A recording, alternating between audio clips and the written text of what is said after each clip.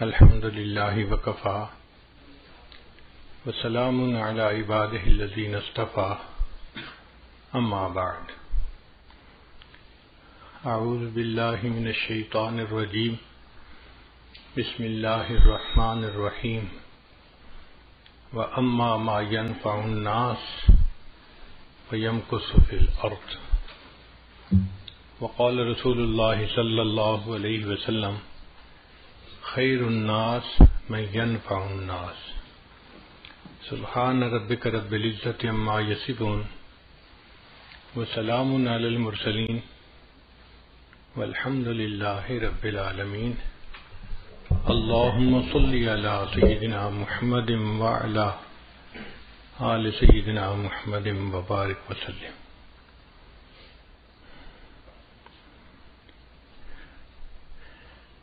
نبی علیہ السلام دنیا میں تشریف لائے اور آپ نے انسانوں کا ایک مثالی معاشرہ قائم کر کے دکھا دیا، جس معاشرے کے اندر محبت تھی، الفت تھی، ہمدردی تھی، خیرخواہی تھی، ایک دوسرے کی بھلائی تھی، جو انسانوں کا ایک بہترین معاشرہ تھا۔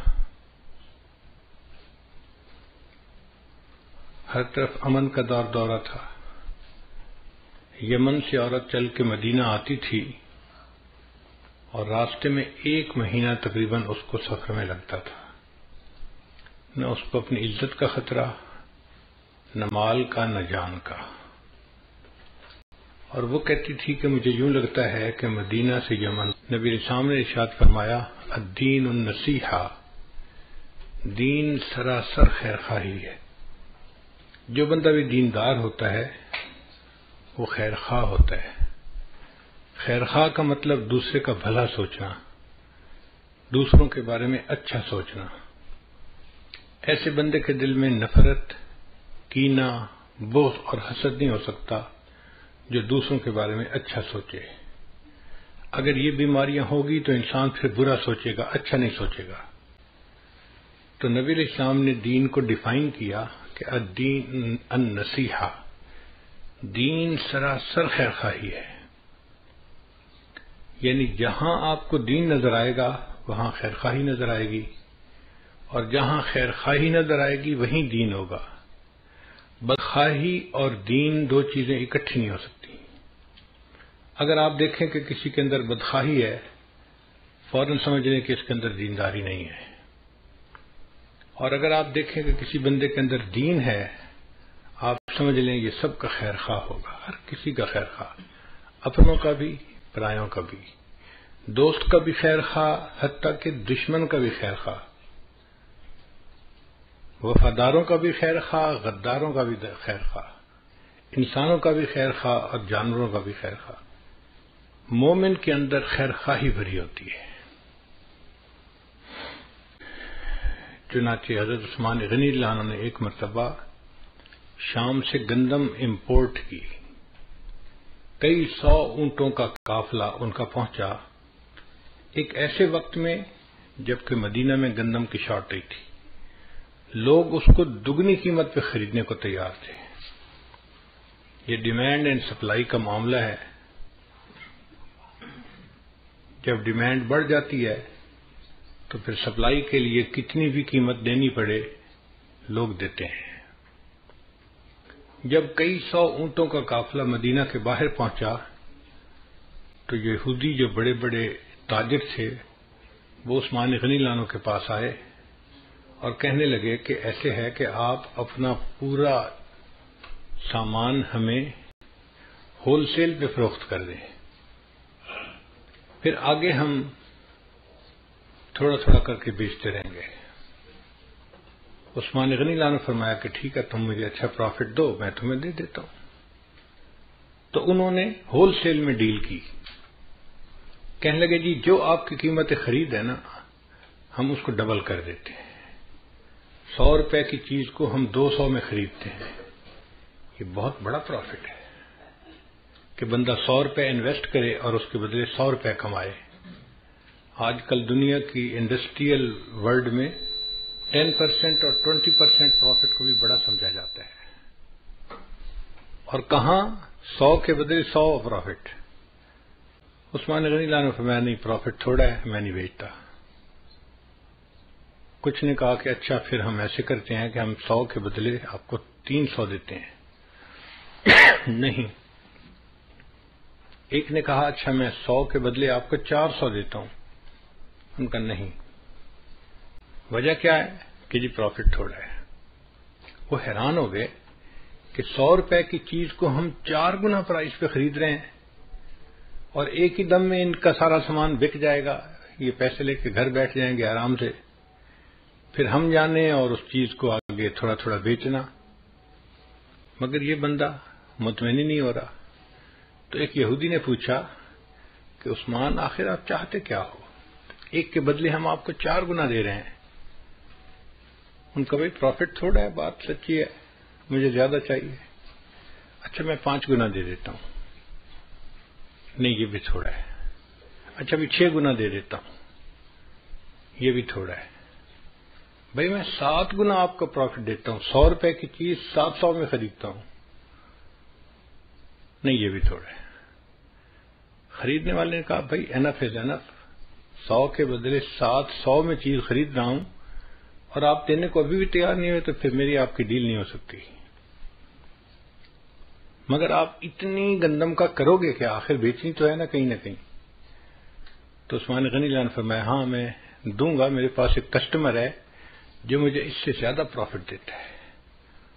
اس نے کہا آپ مذاق کر رہے ہیں یا آپ سیریس بات کر رہے ہیں؟ بھائی میں سیریس بات کر رہا ہوں۔ کون سا کسٹمر ہے جو 7 گنا پرائز سے بھی زیادہ پرائز دے رہا ہے؟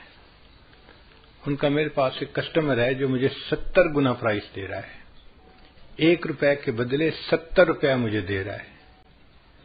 چنانچہ انہوں نے اس گندم کو بیچنے کے بجائے مدینہ طیبہ کے غریبوں میں مفت تقسیم کر دی کہ میرا اللہ مجھے اس کے بدلے 70 گنا اجر عطا فرمائے گا۔ خیر خواہی کا ایسا جذبہ نبی علیہ السلام نے ان کے اندر بھرا تھا کہ 7 گنا پرائز پہ ان کا سامان بک رہا تھا، نہیں بیچا۔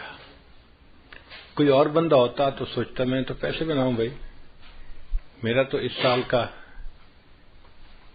ایک اچھا سودا ہو جائے گا اور میں پورا سال آرام سے بیٹھ کے کھاؤں گا۔ ان کا نہیں، مجھے اس وقت پروفٹ نہیں کمانا، مجھے غریب لوگوں کی خیر خواہی کرنی ہے۔ ان کے پاس کھانے کو کوئی چیز نہیں تو میں اللہ کے راستے میں ان کو تقسیم کر دیتا ہوں اور اس کے بدلے اللہ مجھے 70 گنا پروفٹ عطا فرمائیں گے۔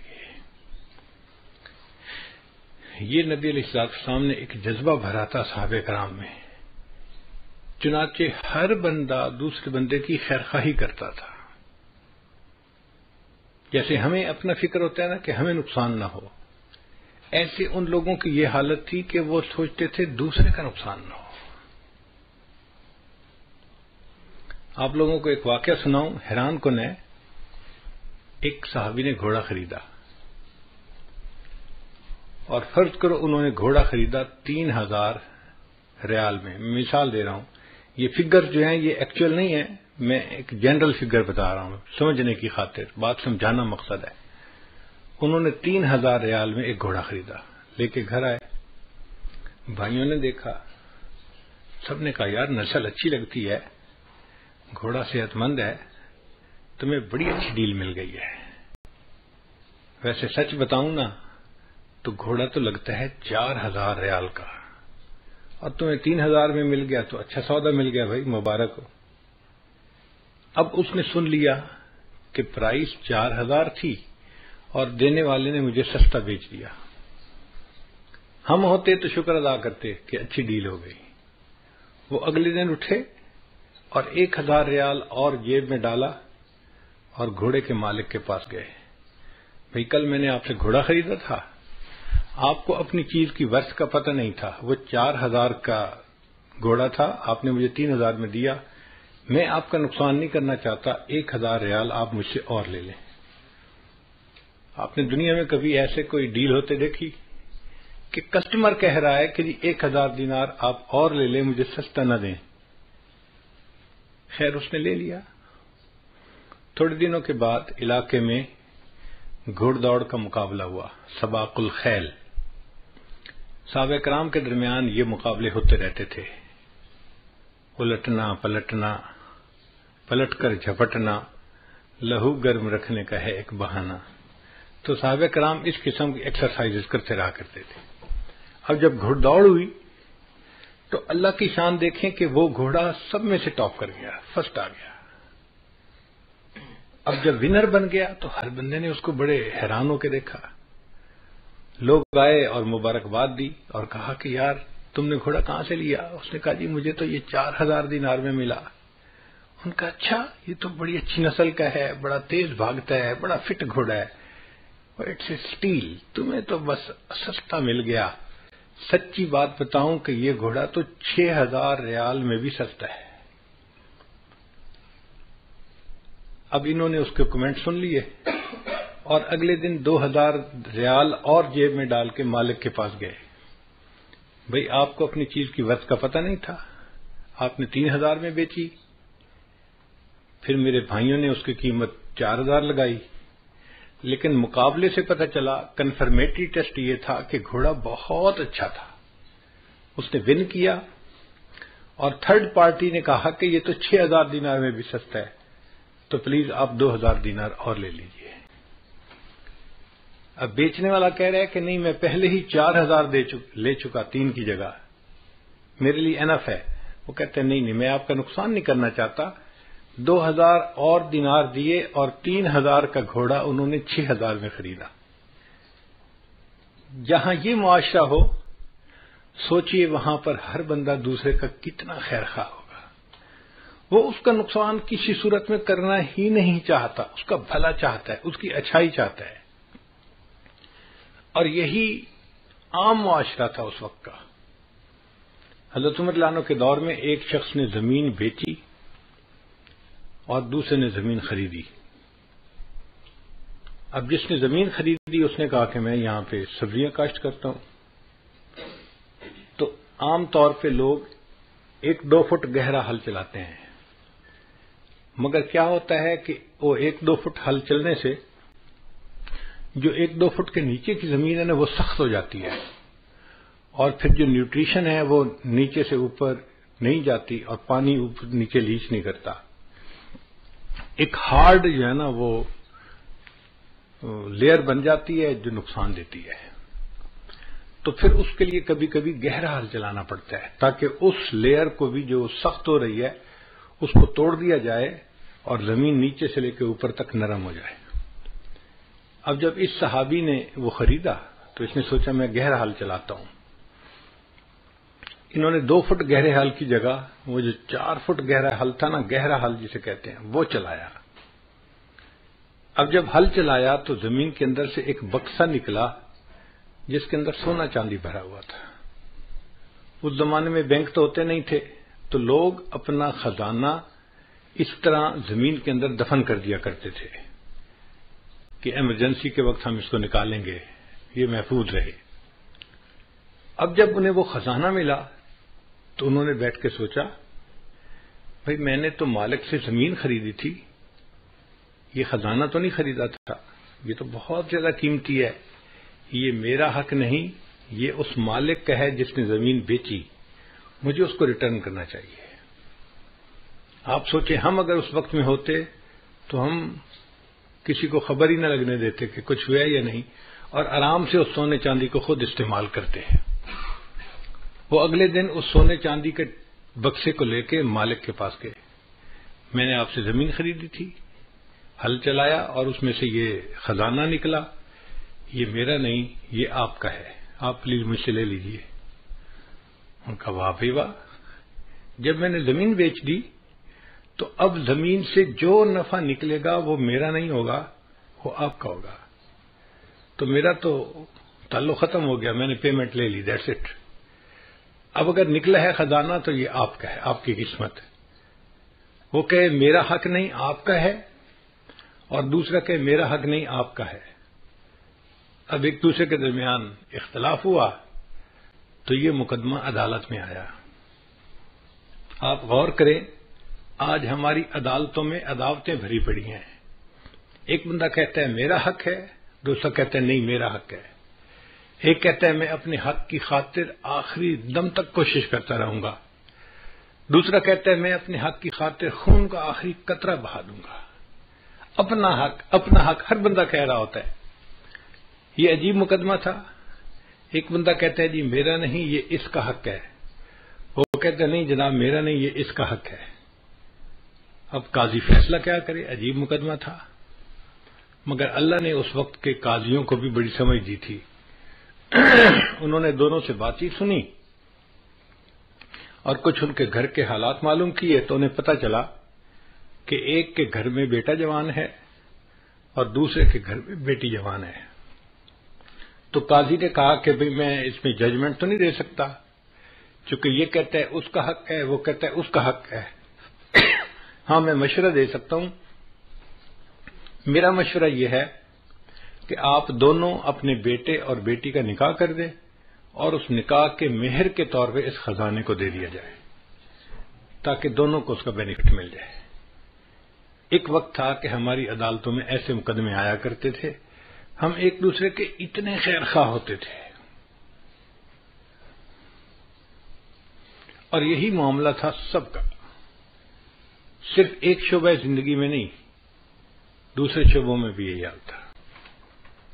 امام اعظم ابو حنیفہ رحمۃ اللہ علیہ کپڑے کی دکان تھی، ریشم کے کپڑے بیچتے تھے. اس زمانے میں ریشم کا کپڑا سب سے اعلیٰ کپڑا سمجھا جاتا تھا، اور چونکہ لیڈیز استعمال کرتی ہیں تو اس لیے اس کی ڈیمانڈ بھی بہت تھی. عام طور پہ مغرب سے پہلے امام ابو حنیفہ رحمۃ اللہ دکان بند کرتے تھے. ایک دن آپ نے ظہر کے بعد دکان بند کر دی. گھر آ رہے تھے، کسی نے پوچھا نعمان آج جلدی گھر آ رہے ہو؟ بھئی میں نے دکان بند کر دی. ظہر کے بعد دکان کیوں بند کی؟ دکان تو آپ مغرب کے وقت بند کرتے ہیں. فرمانے لگے اس لیے کہ آج آسمان کے اوپر بادل ہیں اور ویزیبلٹی تھوڑی ہے، اور جب ویزیبلٹی تھوڑی ہوتی ہے تو گاہک کو کپڑے کی رنگت اور کوالٹی کا صحیح اندازہ نہیں ہوتا، کیونکہ بجلی کی لائٹیں تو ہوتی نہیں تھیں، چراغ جلتے تھے.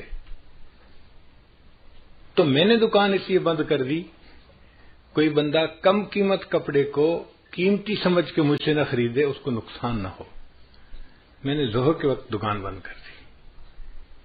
اگر دکاندار کی یہ سوچ ہے تو آپ سوچئے کہ نبی علیہ السلام نے ہمیں کیسی معاشرت سکھائی ہے. ہر بندہ دوسرے بندے کا خیر خواہ.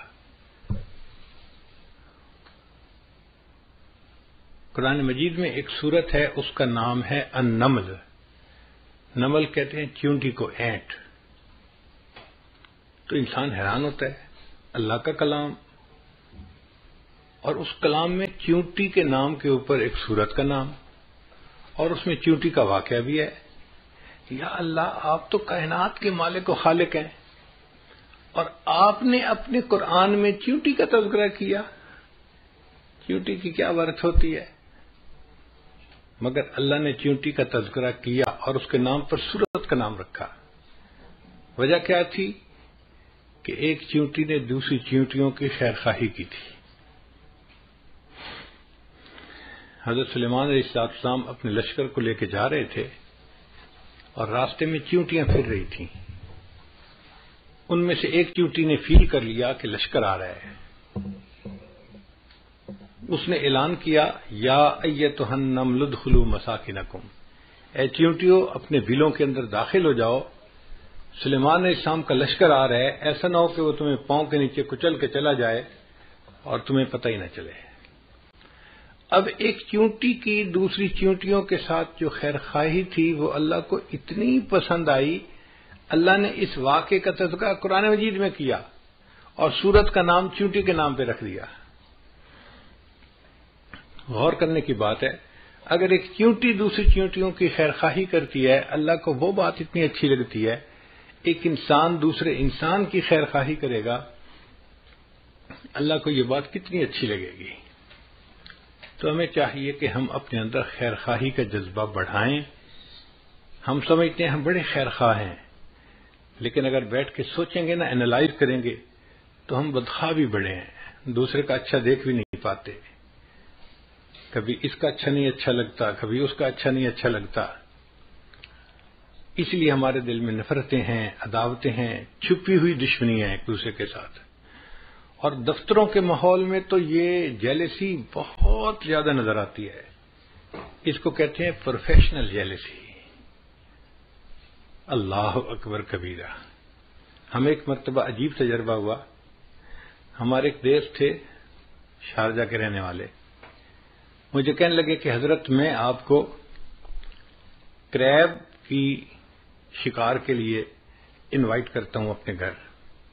کھانا کھائیں گے مغرب کا، اور پھر مغرب کے فوراً بعد بیچ کے اوپر میرا گھر ہے، تو ہم سمندر میں جائیں گے اور کریب کی شکار کریں گے.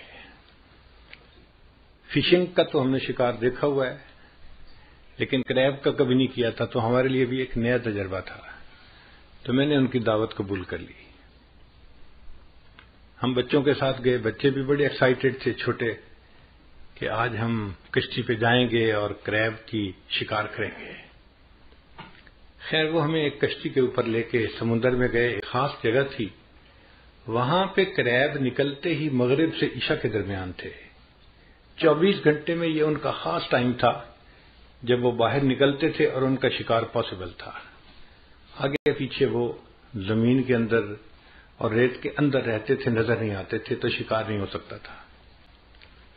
خیر جب وہ اس جگہ پر لے کر گئے تو کنارے کنارے پہ کوئی 4 فٹ پانی ہوگا.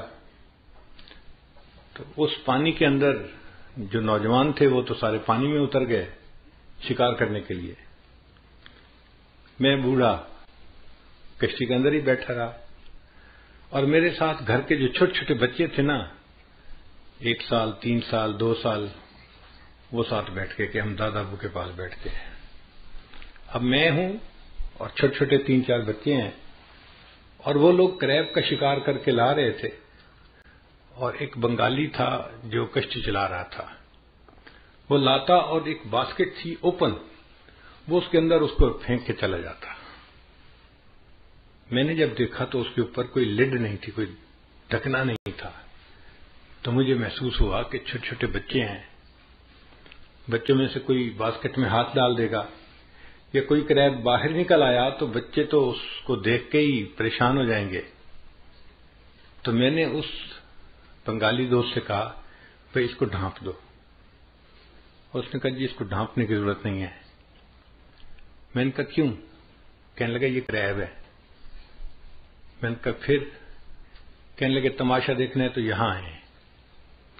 میں کرسی سے اٹھ کے ذرا آگے گیا تو میں نے دیکھا کہ 15-20 کریب اس باسکٹ کے نا بیس کے اوپر پڑے ہوئے تھے. اچھا ان میں سے ایک کریب جب دیوار کے اوپر چڑھنے لگتا نا، تو جیسے ہی وہ تھوڑا سا اوپر چڑھتا کہ میں باہر نکلوں، باقی 2-3 کریب مل کے نا اس کی ٹانگ کو یوں نیچے کھینچتے اور نیچے لے لیتے. پھر تھوڑی دیر کے بعد دوسرا نکلنے کی کوشش کرتا تو اس باقی مل کے اس کی ٹانگ کھینچتے. اس نے کہا جی یہ ایک دوسرے کی ٹانگیں ہی کھینچتے رہیں گے، ان میں سے ایک بھی باہر نہیں نکل سکے گا. میرے لیے زندگی کا نیا تجربہ تھا. میں نے یہ منظر دیکھا اور مجھے اپنے دفتروں کا سما یاد آ گیا کہ یار بات تو ایسی ہے، ہمارے دفتروں میں معاملہ ایسا ہی ہے. ایک بندے کو اللہ عزت دیتے ہیں، پروموشن دیتے ہیں، دوسرے 2-4 مل کے نا اس کی ٹانگ کو نیچے کھینچتے ہیں، اوپر نہ جائے. ہمارے اندر خیر خواہی نہیں ہوتی، ہمارے اندر بدخواہی ہوتی ہے. دوسرے کی چھوٹی سی بات کو زوم کر کے ہم بڑا بنا دیتے ہیں اور ایسے پیش کرتے ہیں کہ اس سے زیادہ کام چور اور سست بندہ تو کوئی ہے ہی نہیں. اسی بدنیتی کی وجہ سے پھر ہمارے دل سیاہ ہوتے ہیں اور ہمیں عبادت کی توفیق نہیں ہوتی. ہمارے علاقے میں ایک بزرگ گزرے ہیں سلطان باہو رحمۃ اللہ علیہ. ان کا پنجابی زبان میں بڑا مزے کا کلام ہے. میں ان کا ایک کلام سناؤں گا اور پھر اس کو میں اردو میں ٹرانسلیٹ بھی کروں گا. فرماتے ہیں جے ناتیاں دھوتیاں رب ملدا تے ملدا کنبیاں مچھیاں نوں. اگر نہانے دھونے سے رب ملتا تو مچھلیوں کو اور کچھووں کو رب مل چکا ہوتا. وہ تو ہر وقت ہی نہاتے رہتے ہیں. جے نہاتے ہیں دھوتے ہیں رب ملدا تے ملدا کنبیاں مچھیاں نو. جے ذکر کیتے ہیں رب ملدا تے ملدا کال کڑیشیاں نو. اگر ذکر کرنے سے رب ملتا تو ایک چھوٹا سا پرندہ ہوتا ہے، اس کو ہم اپنی زبان میں کہتے ہیں کال کڑیچھی. وہ آ کے دیوار کے ساتھ چھت کے ساتھ چپٹ جاتا ہے اور ساری رات آواز نکالتا رہتا ہے. وہ کہتے ہیں کہ وہ تو ساری رات اللہ کا ذکر کرتا ہے، اگر ذکر کرنے سے رب ملتا تو اس کو رب مل چکا ہوتا. یہ نہاتے ہیں دھوتے ہیں رب ملدا تے ملدا کنبیاں مچھیاں نو. جے ذکر کیتے ہیں رب ملدا تے ملدا کال کڑیچیاں نو. جے سر منایا رب ملدا تے ملدا بھیڑاں سسیاں نو. ایک بھیڑ ہوتی ہے، سسی کی بھیڑ کہتے ہیں اس کو. اس کے پورے بدن پہ بڑے لمبے لمبے بال ہوتے ہیں، لیکن سر کے بال اس کے بہت چھوٹے ہوتے ہیں. تو وہ کہتے ہیں کہ اگر سر منڈانے سے رب ملتا تو پھر اس بھیڑ کو رب مل چکا ہوتا، اس کے تو سر پہ بال ہی چھوٹے ہوتے ہیں. یہ نہاتے ہیں دھوتے ہیں رب ملدا تے ملدا کنبیاں مچھیاں نو. یہ ذکر کیتے ہیں رب ملدا تے ملدا کال کڑیچیاں نو. یہ سر منایا رب ملدا تے ملدا بھیڑاں سسیاں نو. جے جتیاں ستیاں رب ملدا تے ملدا دانداں کھسیاں نو. اگر پاک دامنی کی زندگی گزارنے سے رب ملتا تو جو امپورٹنٹ بل ہوتے ہیں وہ تو فیمیل کے کاب سے جا ہی نہیں سکتے، ان کو رب مل جاتا. وہ تو خصی ہوتے ہیں، ان کو رب مل چکا ہوتا. تو یہ بات کر کے وہ پھر اپنا مدعا بیان کرتے ہیں. جے نہاتے ہیں دھوتے ہیں رب ملدا تے ملدا کنبیاں مچھیاں نو. جے ذکر کیتے ہیں رب ملدا تے ملدا کال کڑیچیاں نو. جے سر منایا رب ملدا تے ملدا بھیڑاں سسیاں نو. جے جتیاں ستیاں رب ملدا تے ملدا دانداں کھسیاں نو. اور آخر پہ کہتے ہیں رب ملدا تے ملدا نیتاں اچھیاں نو. اگر رب ملتا ہے تو اچھی نیت والوں کو رب ملتا ہے. اگر کوئی بندہ چاہتا ہے کہ مجھے اللہ مل جائے، اس کو اپنی نیت ٹھیک کرنی پڑے گی. ہر ایک کے بارے میں دل کے اندر خیر خواہی ہو، محبت ہو، پیار ہو، ایسے بندے کو رب ملتا ہے. جس کے دل میں حسد ہو، بغض ہو، کینہ ہو، عداوت ہو، نفرت ہو، ایسے بندے کو رب کہاں ملتا ہے؟ یہ بندہ تو انسان کہلانے کے قابل نہیں، یہ تو جانوروں جیسی زندگی گزارنے والا ہے. تو ہمیں چاہیے کہ ہم اپنے اندر خیر خواہی کا جذبہ پیدا کریں تاکہ اللہ کے ہاں ہمیں بھی قبولیت نصیب ہو جائے. اچھا، یہ خیر خواہی کا جذبہ صرف مسلمان کی شان نہیں ہے، یہ انسان کی شان ہے. جو بھی سلیم العقل انسان ہوگا نا، اس کے اندر بھی خیر خواہی ہوگی. ہم نے دیکھا کئی مرتبہ کافروں کے اندر بھی خیر خواہی ہوتی ہے، چونکہ وہ انسان اچھے ہوتے ہیں، گو ایمان سے محروم ہوتے ہیں، مگر ایز بائی نیچر انسان اچھے ہوتے ہیں تو وہ بھی خیر خواہی کو پسند کرتے ہیں. ایک کافرہ عورت کا میں واقعہ آپ لوگوں کو سناتا ہوں، پھر میں بات کو مکمل کروں گا. ایک عورت تھی جو 60s میں تھی، یعنی اس کی عمر تھی کوئی 65 سال. اچھی ایجڈ عورت ہو جاتی ہے. وہ ریٹائر ہوئی تو اس کو $4-5 لاکھ پروویڈنٹ فنڈ ملا، بینیفٹس ملے جو ریٹائرمنٹ کے ہوتے ہیں، اور وہ اپنی ریٹائرمنٹ لائف گزار رہی تھی. بڑی گاڑی اس نے رکھی ہوئی تھی، 4 ویلر ڈرائیو. ایک دفعہ وہ سفر سے کہیں سے آ رہی تھی کہ اچانک اس کی گاڑی کا ٹائر پنکچر ہوا تو اس کو گاڑی ایک طرف کو پل کرنی پڑی. اب وہ گاڑی سے باہر نکلی، اس نے دیکھا کہ ٹائر پنکچر ہو گیا ہے تو ٹائر بدلنا پڑے گا. لیکن بڑی گاڑی کا ٹائر وزنی بھی ہوتا ہے اور اکیلے بندے کا اس کو ریپلیس کرنا مشکل بھی ہوتا ہے. پھر وہ تو عورت ذات تھی، عورت کمزور ہوتی ہے، نہیں کر سکتی. تو وہ کھڑی سڑک کے کنارے آنے والی گاڑیوں کو روک رہی تھی کہ کوئی بندہ رکے اور میری ہیلپ کر دے. اور چونکہ دن کا ٹائم تھا، سورج خوب گرمی برسا رہا تھا، لوگ مصروف تھے، تو آنے والی گاڑی تیز آ رہی تھی اور جا رہی تھی، کوئی رک نہیں رہا تھا.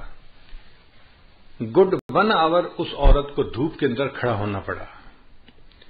اب 1 گھنٹہ دھوپ میں کھڑا ہونے کی وجہ سے اس کو پسینہ بھی آیا ہوا اور اس کی جلد جو تھی وہ ایسے سرخ ہو گئی جیسے جلد جل جاتی ہے گرمی کی وجہ سے. برا حال گرمی سے اس کا، اور کوئی اس کی مدد کے لیے رک نہیں رہا، تو پریشان بھی بڑی تھی. بڑی دیر کے بعد ایک لڑکا تھا جس کی عمر 30 میں تھی، یعنی 30-32 سال اس کی عمر تھی لڑکے کی.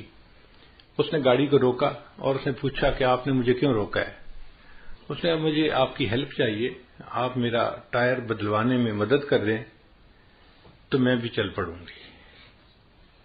لڑکے نے گاڑی روکی، باہر آیا. اس نے عورت کو دیکھا کہ بھئی اس کو اتنا پسینہ آیا ہوا ہے اور دھوپ میں کھڑے رہنے کی وجہ سے حالت اس کی بری ہوئی ہے. تو اس نے اس کو کہا کہ دیکھیں میری گاڑی کا اے سی چل رہا ہے، آپ گاڑی کی اگلی سیٹ پہ جا کر بیٹھ جائیں اے سی میں، آپ کو پسینہ بھی خشک ہو جائے گا اور آپ کو تھوڑا آرام بھی مل جائے گا. اور میں نوجوان ہوں، میں اکیلا یہ ٹائر چینج کر لیتا ہوں، میرے لیے کوئی مسئلہ نہیں. چنانچہ وہ عورت اس کی گاڑی میں اگلی سیٹ پہ آ کے بیٹھ گئی اور لڑکا اس عورت کی گاڑی کا ٹائر چینج کرنے لگ گیا. اب یہ عورت جب ذرا ٹھنڈی جگہ پر بیٹھی، طبیعت بحال ہوئی، تو اس نے دیکھا کہ لڑکا بہت مشقت کے ساتھ گاڑی کا ٹائر چینج کر رہا ہے. تو اس کے دل میں احساس ہوا کہ یہ نوجوان بچہ ہے اور اس نے میری خاطر اتنی تکلیف اٹھائی، مجھے آرام دیا اور خود اکیلے تکلیف اٹھائی. یہ مجھے بھی کہہ سکتا تھا کہ مجھے ہیلپ کرو تو میں ہیلپ کرتی. مجھے اس نے ایئر کنڈیشن جگہ پہ بٹھا دیا اور خود دھوپ میں لگا ہوا ہے کام کرنے. تو اگر یہ ٹائر بدل دے گا نا تو میں اس کو $200-300 گفٹ دے دوں گی تاکہ اس کا بھی فائدہ ہو جائے. خیر کچھ دیر لگی، لڑکے نے ٹائر چینج کر دیا. اس نے آ کے کہا اس کو کہ ٹائر میں نے بدل دیا ہے، اب آپ اپنی گاڑی پہ جا سکتی ہیں. اس عورت نے $200-300 جیب سے نکالے اور لڑکے کو آ کے یہ میری طرف سے گفٹ لے لو. اس نے کہا نہیں میں گفٹ نہیں لیتا. بس اس نے پوچھا کیوں نہیں لیتے؟ اس لڑکے نے آگے سے جواب دیا it is objective of my life to help others. It is objective of my life to help others. When I help someone I feel happy. یہ جو مجھے خوشی ملتی ہے نا کسی کی مدد کر کے، بس میرا ریوارڈ یہی کافی ہے، مجھے آپ سے $200-300 نہیں چاہیے. اب وہ عورت اپنی گاڑی میں آئی اور چل پڑی، مگر اس کے ذہن میں یہی فکر گھوم رہا تھا it is objective of my life to help others. When I help someone I feel happy. اور وہ سوچ رہی تھی کہ دنیا میں ایسے بھی انسان ہوتے ہیں کہ جو دوسروں کی ہیلپ کر کے خوش ہوتے ہیں. حیران ہو رہی تھی. اب گاڑی جب اس نے چلائی تھوڑی دیر بعد اس کو فیل ہوا کہ مجھے تو بہت پیاس لگی ہوئی ہے اور بھوک بھی لگی ہوئی ہے. اس نے سوچا اچھا جو نیکسٹ ایگزٹ آئے گا نا تو میں اس پہ گاڑی کو باہر نکالوں گی موٹر وے سے، اور جو ریسٹورینٹ ملا اس پہ میں کھانا کھاؤں گی اور پھر سفر شروع کروں گی. چنانچہ نیکسٹ ایگزٹ پہ اس نے گاڑی باہر نکالی اور قریب میں کوئی ریسٹورینٹ تھا، وہاں اس نے گاڑی پارک کی اور جا کے کھانے کے لیے بیٹھ گئی. اس ہوٹل میں ایک ویٹریس تھی ریسٹورینٹ میں جو کھانا لاتی تھی. اس نے پوچھا کیا چاہیے؟ اس نے بتایا مجھے یہی چیز لا دو. تو وہ ویٹریس اس کے لیے کھانا لے کے آئی. جب اس نے اس کے آگے کھانا لگایا نا، اب اس دوران یہ عورت یہی بیٹھی سوچ رہی تھی کہ اس لڑکے نے کتنا اچھا جواب دیا it is objective of my life to help others. When I help someone I feel happy. اس عورت نے، بوڑھی عورت نے دیکھا کہ وہ جو ویٹریس کھانا لے کے آئی ہے وہ ایک نوجوان اور پریگننٹ لڑکی ہے، اور اس کے جسم کو دیکھ کے پتہ چلتا ہے کہ اس کا پریگنینسی کا کوئی 6واں مہینہ چل رہا ہوگا، یعنی کافی قریب وقت ہے ڈیلیوری کا. اب ایسے وقت میں تو عورت کو گھر پہ آرام کرنا چاہیے، مگر وہ ڈیوٹی کر رہی تھی. تو اس نے سوچا یہ غریب لڑکی ہوگی، اس لیے اس کو نوکری کرنی ہے تاکہ اپنے آپ کو سپورٹ کر سکے. تو اس نے اس سے ذرا بات پوچھی کہ تمہارا کیا حال ہے، تم کیا کرتی ہو؟ اس نے بتایا کہ میں شادی شدہ ہوں اور میں پریگننٹ ہوں اور میرا 7واں مہینہ لگا ہوا ہے اور 2 مہینے کے بعد ڈیلیوری ہے. مگر یہاں پہ جو ہاسپٹل ہے نا اچھا وہ بہت مہنگا ہے اور میں اور میرے ہسبینڈ ہم دونوں چاہتے ہیں کہ بچے کی ڈیلیوری وہاں پہ ہو مگر اس کی فیس ہم نہیں دے سکتے. تو ہم میاں بیوی نے آپس میں مشورہ کیا, کچھ پیسے میرا ہسبینڈ جمع کرے گا اور کچھ پیسے میں جمع کروں گی اور مل کے ہم اس فیس کو ادا کریں گے. اب چونکہ میں نے پیسے جمع کرنے ہیں تو میں اس وقت چھٹی نہیں لے سکتی, مجھے اس پریگنینسی کے باوجود ڈیوٹی کرنی ہے. میں تکلیف اٹھا رہی ہوں مگر میں ڈیوٹی کر رہی ہوں. اب اس عورت کے ذہن میں خیال آیا کہ میرے پاس تو ریٹائرمنٹ کے کوئی $500,000 بینک میں پڑے ہوئے ہیں. اب $500,000 فالتو پڑے ہیں, اگر میں اس لڑکی کو اس کے ڈیلیوری کے اس کی فیس دے بھی دوں تو مجھے کوئی فرق نہیں پڑتا, مگر اس کے لیے آسانی ہو جائے گی اور یہ بچی اپنے گھر پہ آرام کرے گی. اس نے اس سے پوچھا کہ ہاسپٹل کی فیس کتنی ہے؟ اس نے کہا جی $5,000. اس نے $5,000 کا چیک لکھا اور ایک لفافے میں ڈال کے نا کھانا کھانے کے بعد اس ویٹریس کو ٹپ دی اور کہا کہ یہ میری طرف سے گفٹ ہے لیکن اس کو آپ نے یہاں نہیں کھولنا, گھر جا کے کھولنا ہے. اس نے جیب میں ڈالی, ٹھیک ہے میں گھر جا کے کھولوں گی. اب یہ بوڑھی عمر کی عورت اپنے گھر واپس آ گئی اور وہ نوجوان ویٹریس جو تھی وہ اپنے گھر گئی ڈیوٹی کے بعد. جب گھر گئی تو اس کا ہسبینڈ جو تھا وہ ایک بزنس ٹرپ پہ گیا ہوا تھا دوسرے شہر اور وہ واپس آ چکا تھا. چنانچہ اس ویٹریس نے اپنے گھر میں کھانا لگایا اور خاوند کے ساتھ بیٹھ کے کھانا کھانے لگی. اب کھانے کے دوران دونوں میاں بیوی آپس میں ڈسکس کرنے لگے کہ کتنا ٹائم رہ گیا بچے کی ڈیلیوری کا. اس نے بتایا کہ الٹرا ساؤنڈ کرنے والی ڈاکٹر نے اس تاریخ کو بچے کی ڈیلیوری کا ٹائم بتایا ہے.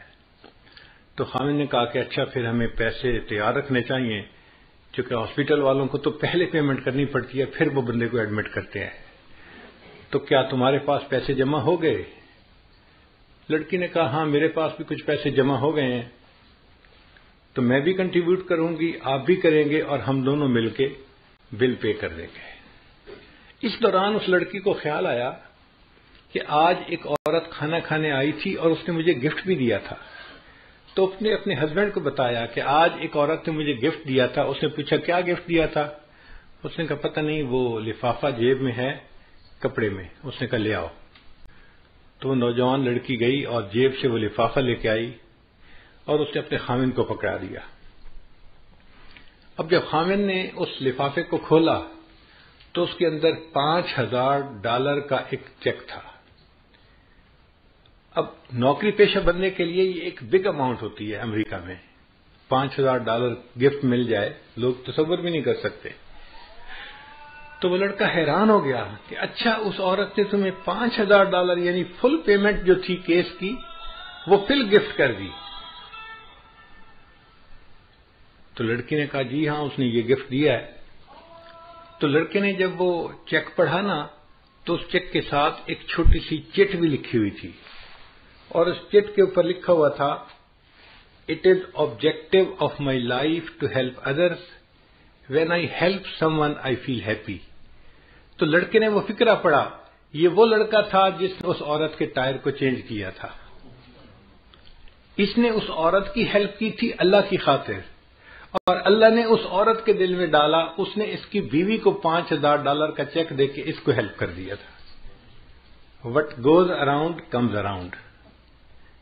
ہم دوسروں کے ساتھ خیر خواہی کریں گے تو اس کے بدلے اللہ ہمارے ساتھ خیر خواہی کا معاملہ فرمائیں گے. خیر خواہ بندے کے ساتھ ہمیشہ خیر خواہی ہوتی ہے کیونکہ اللہ اس کے ساتھ خیر خواہی کرتا ہے, کوئی اس کی بدخواہی کر ہی نہیں سکتا. اس لیے ہم انکنڈیشنل خیر خواہی کریں دوسروں کے ساتھ. ہمیں اس میں یہ نہ توقع کہ جی وہ تو ہمارے ساتھ خیر خواہی نہیں کرتا ہم کیوں کریں. بھئی وہ کرتا ہے یا نہیں کرتا ہم تو کریں نا. جب ہم کریں گے تو اللہ تعالیٰ اس کے بدلے ہمارے ساتھ بھی خیر خواہی کا معاملہ فرما دیں گے. تو ہمیں چاہیے کہ ہم اپنے اندر خیر خواہی کا جذبہ پیدا کریں اور ہر ایک کا بھلا سوچیں, ہر ایک کے ساتھ اچھا سلوک کریں. ایک بزرگ تھے, ان کا نام تھا عثمان دامانی رحمت اللہ علیہ. بقالہ کی دکان تھی، اور اس زمانے میں کرنسی جو تھی وہ چاندی کی ہوتی تھی، سکے ہوتے تھے، اور چاندی کے سکے جب بار بار ہاتھوں میں آتے تھے تو کئی دفعہ پرنٹ گھس جاتا تھا، تو اس کو کہتے تھے کھوٹا سکہ ہے۔ ہم نے اپنے بچپن میں یہ دور دیکھا ہے۔ چاندی کا روپیہ ہوتا تھا، ہم دکاندار کے پاس لے کے جاتے تھے، وہ دیکھ کے آتا تھا نہیں بھائی یہ کھوٹا ہے، کیونکہ اس کا پرنٹ جو تھا نا وہ اوپر سے ذرا ڈم ہو جاتا تھا، پڑھنا مشکل ہوتا تھا۔ ان کے پاس کوئی کھوٹا سکہ لے کے آتا، وہ پہچان لیتے، مگر اس کو سودا دے دیتے کہ یہ بندہ امید لے کے آیا ہے کہ مجھے سودا ملے گا، تو اگر میں نے سودا نہ دیا تو اس کا دل ٹوٹے گا، کوئی بات نہیں، یہ سودا لے جائے، اگر یہ کرنسی چل گئی تو ٹھیک، نہیں بھی چلی تو کوئی بات نہیں، یہ نقصان میں برداشت کر لوں گا۔ تو وہ سکہ رکھ لیا کرتے تھے۔ چنانچہ ان کی دکان کے کونے میں کھوٹے سکوں کا ایک ڈھیر لگ گیا تھا۔ اللہ کی شان کے وہ بیمار ہو گئے، اور بیماری بھی زیادہ تھی، آخری مرض المفات جسے کہتے ہیں وہ تھی۔ لیٹے ہوئے تھے، اچانک انہیں فیل ہوا کہ جیسے ہارٹ اٹیک ہوتا ہے نا، تو بندے کو فیل ہوتا ہے کہ some thing is seriously wrong some where. تو ان کو جو ہارٹ اٹیک ہونے لگا تو وہ اٹھ کے بیٹھ گئے اور اللہ سے دعا کرنے لگے، یا اللہ میں ساری زندگی تیرے بندوں سے کھوٹے سکوں کو قبول کرتا رہا، اللہ تو بھی میرے کھوٹے عملوں کو قبول فرما۔ اے اللہ میں ساری زندگی تیرے بندوں سے کھوٹے سکوں کو قبول کرتا رہا، اللہ تو بھی میرے کھوٹے عملوں کو قبول کر لے۔ تو ہمارے اکابر اللہ کے سامنے اپنے اعمال اس طرح کے پیش کرتے تھے، وہ دوسروں کے ساتھ خیرخواہی کرتے تھے اور اس کے بدلے پھر اللہ سے خیرخواہی کی توقع رکھتے تھے۔ ہم ہر ایک کے ساتھ بدخواہی کرتے ہیں، اپنوں کے ساتھ بھی، پرایوں کے ساتھ بھی۔ کئی گھروں میں تو دیکھا خامد بیوی کا بدخواہ موقع تلاش کر رہا ہوتا ہے، میں اسے کیسے تنگ کر سکتا ہوں۔ بیوی روتی ہے، اس کے آنسو دیکھتا ہے، احساس نہیں ہوتا۔ بیٹا ماں کو رلاتا ہے، بھائی بھائی کو رلاتا ہے۔ ہم اپنے لوڈ ون جو ہیں، جو قریبی ہوتے ہیں، ان کا احساس نہیں کرتے، بے حس انسان بن گئے ہیں۔ ہمیں اللہ کیسے پیار کریں گے، کیسے ہم سے اللہ محبت فرمائیں گے؟ تو ہمیں ایک انسان بن کے زندگی گزارنی چاہیے جس کے اندر دوسروں کے ساتھ خیر خواہی کا جذبہ ہو، اچھائی کا جذبہ ہو۔ یہ جذبہ ہمیں کام آئے گا۔ چنانچہ اللہ کے محبوب صلی اللہ علیہ وسلم اتنے خیر خواہ تھے، اتنے خیر خواہ تھے۔ آپ نے واقعہ سنا ہوگا کہ محبوب صلی اللہ علیہ وسلم کی جوانی کا زمانہ تھا جب آپ نے نبوت کا اظہار فرمایا،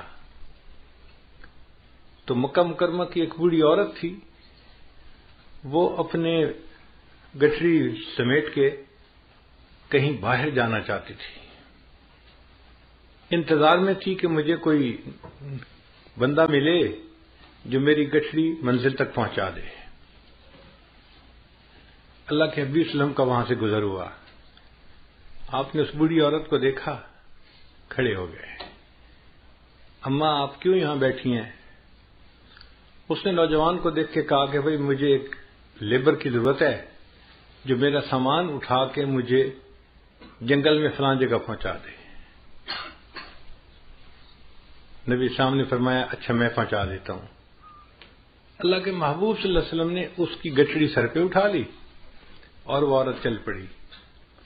اب وہ عورت راستے میں اپنا حالات بتا رہی ہے کہ اے نوجوان، میں اس لیے مکہ کو چھوڑ کے جا رہی ہوں کہ ایک بندے نے نبوت کا دعویٰ کیا ہے اور اس کی زبان میں ایسی تاثیر ہے کہ جو اس کی بات سنتا ہے وہ اس کی بات کو مان لیتا ہے، اور لوگ ماں باپ کے دین کو چھوڑ رہے ہیں اور بتوں کے پرستش کو چھوڑ رہے ہیں، اور مجھے ڈر لگتا ہے کہ کہیں میرے اوپر بھی اس کا اثر نہ ہو جائے، تو میں مکہ ہی چھوڑ کے جا رہی ہوں، میں ماں باپ کے دین پہ رہنا چاہتی ہوں، میں شرک کو نہیں چھوڑ سکتی۔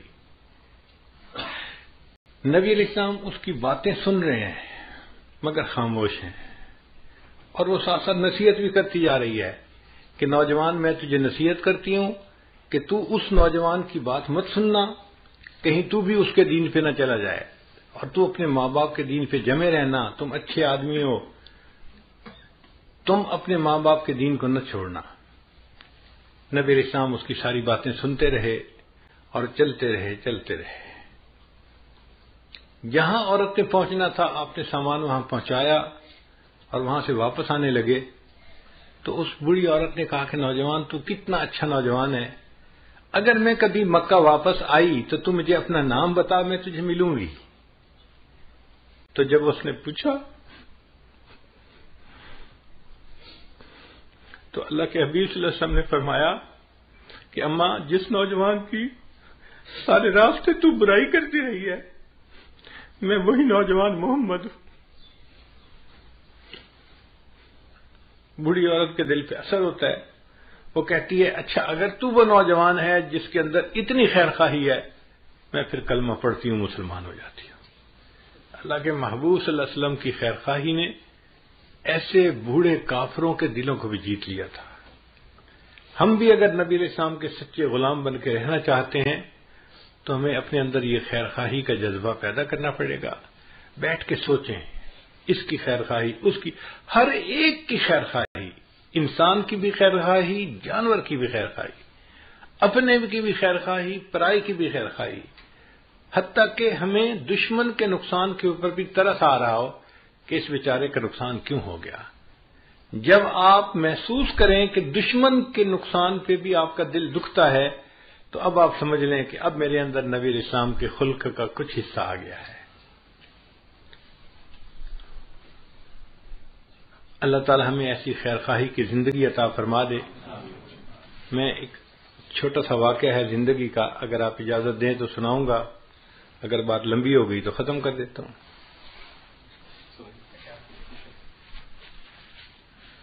کیونکہ مضمون سے متعلق ہے اور ابھی ذہن میں آ گیا، اس لیے یہ واقعہ ہے جب میں 6-7ویں کلاس میں پڑھتا تھا۔ ہائی اسکول میں میرا ایک کلاس فیلو تھا جو دیہات کا رہنے والا تھا اور اس نے اسکول میں داخلہ لیا تھا اور ہاسٹل میں رہتا تھا۔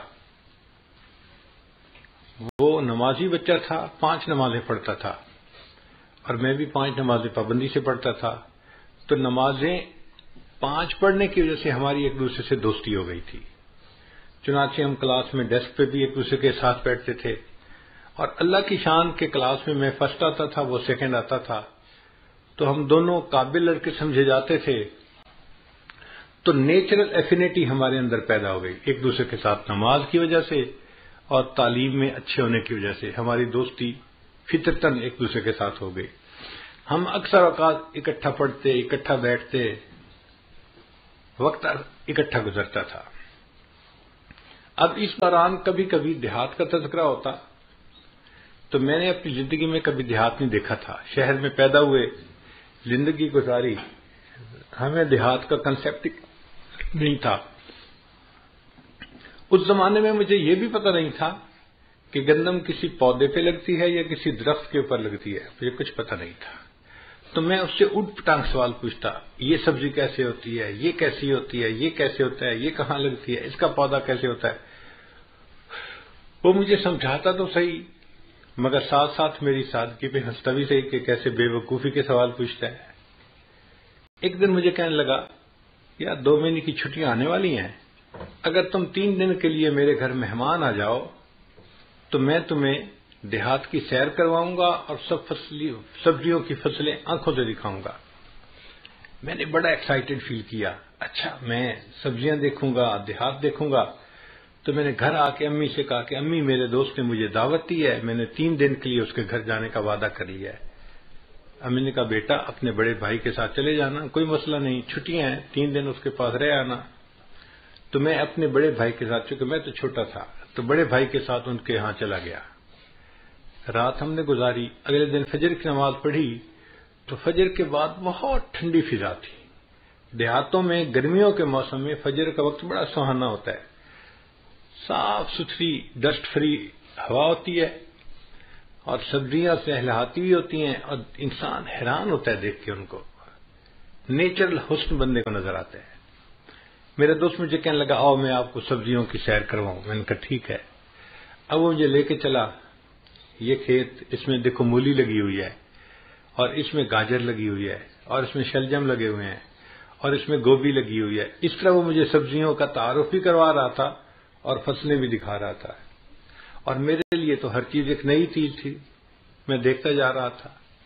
اللہ کی شان دیکھیں کہ ہم کچھ دور آگے چلے تو زمین کا ایک ایکڑ، ایک ٹکڑا بڑا، وہ خالی پڑا ہوا تھا، اور ایک بندہ اس میں ہل چلا رہا تھا.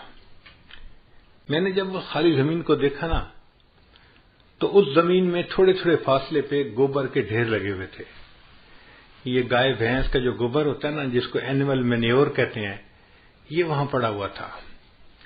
مجھے میرے والدین نے یہ بتایا تھا کہ بیٹا تم نماز تو شروع کر چکے ہو، اب جانوروں کے پیشاب پخانے سے بچنا، وہ ناپاک ہوتا ہے، اور جانوروں کی عادت ہوتی ہے قریب سے کوئی گزرے نا تو وہ دم ہلاتے ہیں اور ان کے چھینٹے دور تک جاتے ہیں. تو امی نے کہا کہ بیٹا اگر اس کے چھینٹے تمہارے کپڑوں پہ پڑ گئے تو تمہاری نماز نہیں ہوگی، کپڑے ناپاک ہو جائیں گے، تو ذرا بچ کے رہنا. تو میں جانوروں کے پیشاب اور گوبر سے نا فطری طور پہ بڑا الرجک تھا، چھوٹا بچہ تھا. اب میں نے وہ گوبر جب وہاں کھیت میں پڑے ہوئے دیکھا تو مجھے عجیب سی طبیعت ہوئی. میں نے اس سے کہا کہ اس زمین میں سبزیاں لگیں گی؟ اس نے کہا. میں نے کہا سبزیاں تو انسان کھاتے ہیں. اس نے کہا. میں نے کہا پھر یہ تو پاک سبزیاں ہونی چاہیے جو ہم کھائیں، تو یہ تو نجاست ہے، یہ تو گند ہے، یہ تو ناپاک ہے، اور یہ اس زمین میں کیوں پڑی ہوئی ہے؟ اس ناپاک چیز کو کیوں ملائیں گے اس مٹی میں جس مٹی میں سبزی اگنی ہے؟ اس نے کہا یار تمہاری باتوں کا جواب میں نہیں دے سکتا، یہ جو ہل چلا رہا ہے نا بوڑھا، اس سے جا کے پوچھو. میں چھوٹا سا بچہ تھا، بھول تھا، میں اس انکل کے پاس چلا گیا. میں نے جا کے کہا کہ انکل یہ زمین آپ کی ہے؟ اس نے کہا.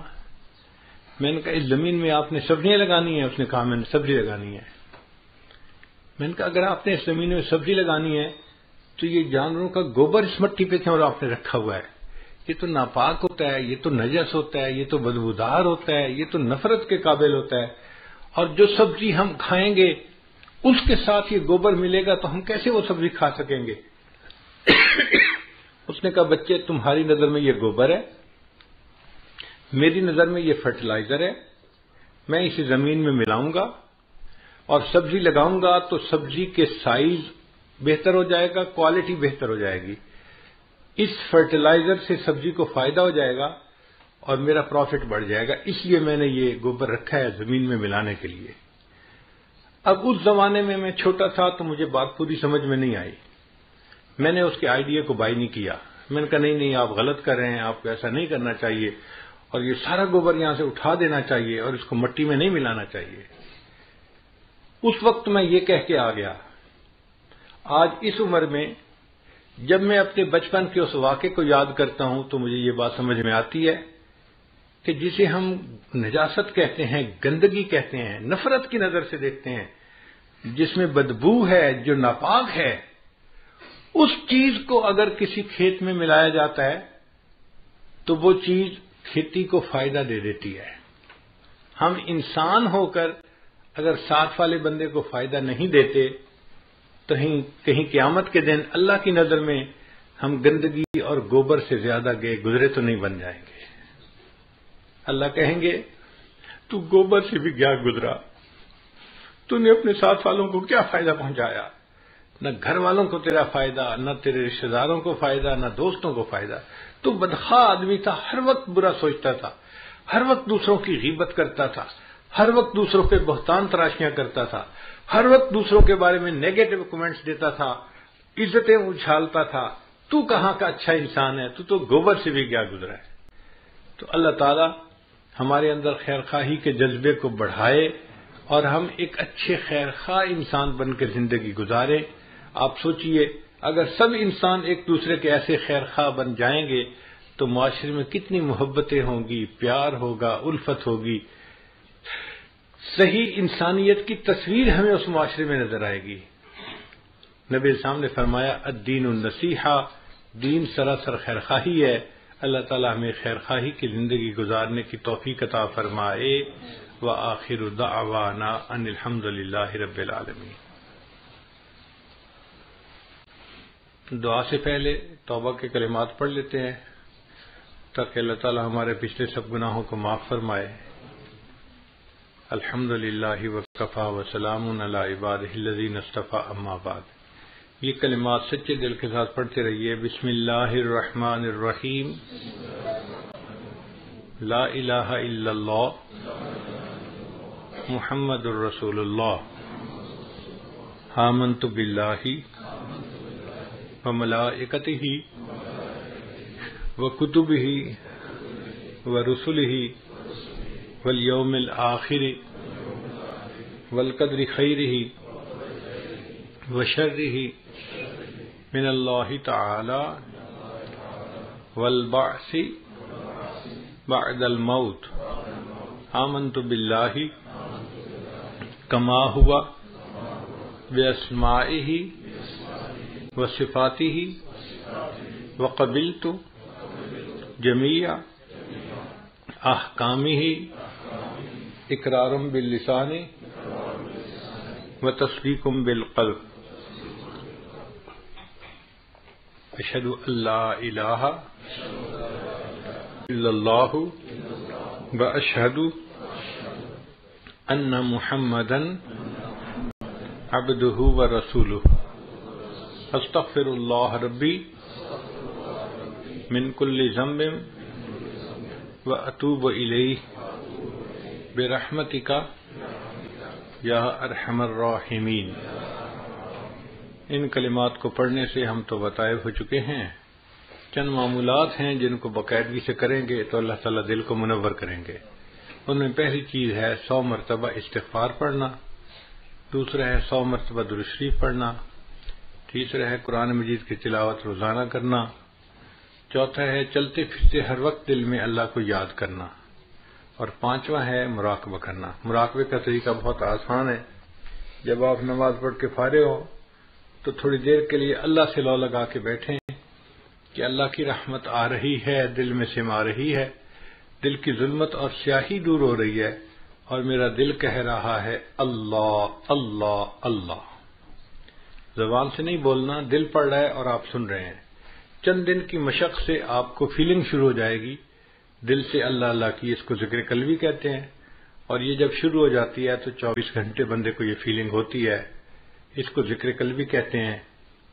وہ جن کا عشق صادق ہے وہ کب فریاد کرتے ہیں، لبوں پہ مہر خاموشی دلوں میں یاد کرتے ہیں۔ ہم بھی اپنے اللہ کو اپنے دل میں یاد کریں، پھر اللہ تعالیٰ کے ہاں ہمارا اچھے لوگوں میں نام شمار ہوگا اور اللہ کی محبت دل میں آئے گی۔ ابھی آپ دعا کر لیجیے۔ سبحان ربی العلی الوہاب، اللہم صلی علی سیدنا محمد وعلی آل سیدنا محمد وبارک وسلم۔ ربنا ظلمنا انفسنا وان لم تغفر لنا وترحمنا لنکونن من الخاسرین۔ کریم آقا، ہم آپ کے عاجز مسکین بندے ہیں، ہمارے گناہوں کو معاف فرما، خطاؤں سے درگزر فرما، عیبوں کی پردہ پوشی فرما۔ جو گناہ ہم نے دن میں کیے معاف فرما، جو راتوں میں کیے معاف فرما، جو محفل میں کیے معاف فرما، جو تنہائیوں میں کیے معاف فرما۔ اے اللہ، جو گناہ یاد ہیں وہ بھی معاف فرما، جو کر کے بھول گئے وہ گناہ بھی معاف فرما۔ اے اللہ، معصیت کی ذلت سے محفوظ فرما اور ہمیں طاعات کی عزت نصیب فرما۔ کریم آقا، آنے والے وقت کو گزرے وقت سے بہتر فرما، آنے والی زندگی کو گزری زندگی کا کفارہ بنا، ہماری ان دعاؤں کو اپنی رحمت سے قبول فرما۔ اے اللہ، جو پریشانیاں ہیں دور فرما، اٹکے کاموں کا ہونا آسان فرما، الجھے کاموں کو اپنی رحمت سے سلجھا، آنے والے وقت کو گزرے وقت سے بہتر فرما۔ میرے مالک، جسمانی بیماریوں کو دور فرما، روحانی بیماریوں کو دور فرما، ذلت سے محفوظ فرما، علت سے محفوظ فرما، قلت سے محفوظ فرما۔ اے اللہ، جس طرح ایک عیالدار اپاہج کسی سخی کے دروازے پہ جاتا ہے اور اس امید سے دروازہ کھٹکھٹاتا ہے اگر یہ دروازہ کھل گیا میرے بچوں کا فاقہ ختم ہو جائے گا، اللہ ہم اس عیالدار اپاہج سے زیادہ محتاج اور آپ اس دنیا کے سخی سے زیادہ بڑے سخی ہیں، ہم آپ کا دروازہ کھٹکھٹا رہے ہیں اس امید کے ساتھ یہ دروازہ کھل گیا ہمیں نیک بختی نصیب ہو جائے گی۔ اے اللہ، ہمارے اندر سے برائیوں کو نکال دیجئے، حسد کینہ بغض نکال دیجئے، نفرتیں عداوتیں نکال دیجئے، ہمارے دل میں خیر خواہی کے جذبہ بھر دیجئے، محبتیں الفتیں بھر دیجئے۔ اے اللہ ہمیں ایک اچھا انسان بن کے رہنے کی توفیق عطا فرمائیے۔ میرے مولا، ہم بے سینگ کے جانور بنے پھرتے ہیں، کبھی اس کو تکلیف پہنچائی، کبھی اس کو تکلیف پہنچائی۔ اے اللہ ہمیں خیر خواہی کرنے والا انسان بنا دیجئے۔ اللہ آنے والے وقت کو گزرے وقت سے بہتر فرما دیجئے۔ آج کی اس مجلس کے لیے جن دوستوں نے کوششیں کی، اللہ اس پر ان کو اپنی بہترین اجر، اپنی بہترین رضا نصیب فرما۔ اور اے اللہ صاحب خانہ نے جس محبت کے ساتھ اپنے گھر بلایا، اس کے بدلے ان کو اپنی سچی محبت نصیب فرما۔ اس گھر کو برکتوں کے ساتھ آباد فرما، خوشیوں کے ساتھ آباد فرما، دین کے ساتھ آباد فرما، صحت سلامتی کے ساتھ آباد فرما۔ اے اللہ ان کو اولادوں کی خوشیاں نصیب فرما۔ اے اللہ ان کی عزت میں برکت عطا فرما، ان کے رزق میں برکتیں عطا فرما، ان کے کاموں میں برکتیں عطا فرما۔ اے اللہ اپنی رحمت کے ساتھ اس گھر پر اپنی خصوصی رحمت نازل فرما۔ جتنے دوست احباب یہاں موجود ہیں یا قریب کی آبادی میں رہتے ہیں، اللہ سب کو ان برکتوں اور رحمتوں میں سے حصہ نصیب فرما۔ جو آنا چاہتے تھے مجبوریوں کی وجہ سے نہیں آ سکے، اللہ ان کو بھی ان دعاؤں میں حصہ نصیب فرما۔